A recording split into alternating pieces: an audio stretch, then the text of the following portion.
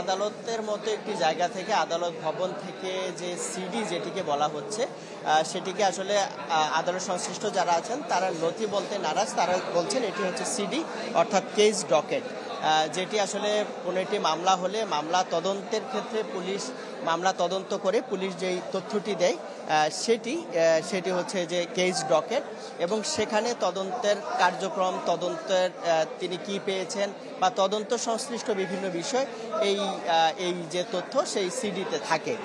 তো এই যে জায়গাটি আমরা দেখাচ্ছি একদম মহানগর দায়রা জজ আদালতের যে মহানগর পিপি অফিসের সামনের এই যে জায়গাটি, সেখানেই আসলে বস্তাবন্দি করে এই নথিগুলো বা সিডি যেগুলো সেগুলো রাখা ছিল।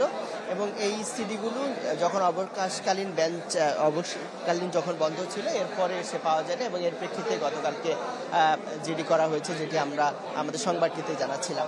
তো এই বিষয়টিতে যেটি আসলে মহানগর পিপি তিনি আমাদেরকে যেটি জানিয়েছেন যে গতকালকেই তিনি মামলা করেছেন। একটি বিষয় একটু জানিয়ে রাখি যে মহানগর ব্রেকফাস্ট, টিফিন কিংবা স্ন্যাক টাইমে মজাদার আয়োজন মানে অল টাইম ব্রেড।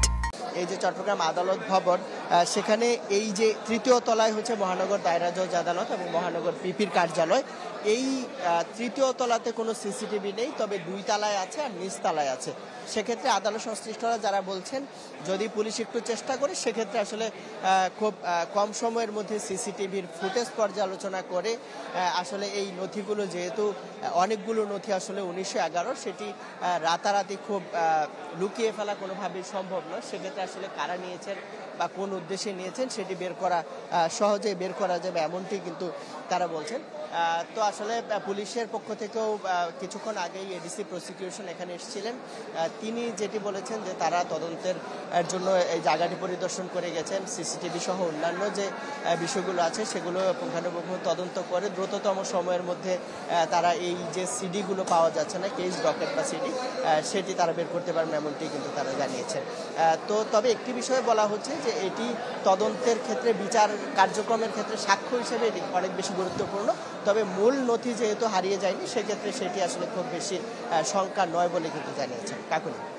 এমদাদ, আপনাকে ধন্যবাদ। দর্শক, চট্টগ্রাম আদালত থেকে নথি গায়েবের ঘটনা ঘটেছে। চট্টগ্রাম থেকে আমাদের সহকর্মী এমদাদুল হক জানাচ্ছিলেন বিস্তারিত।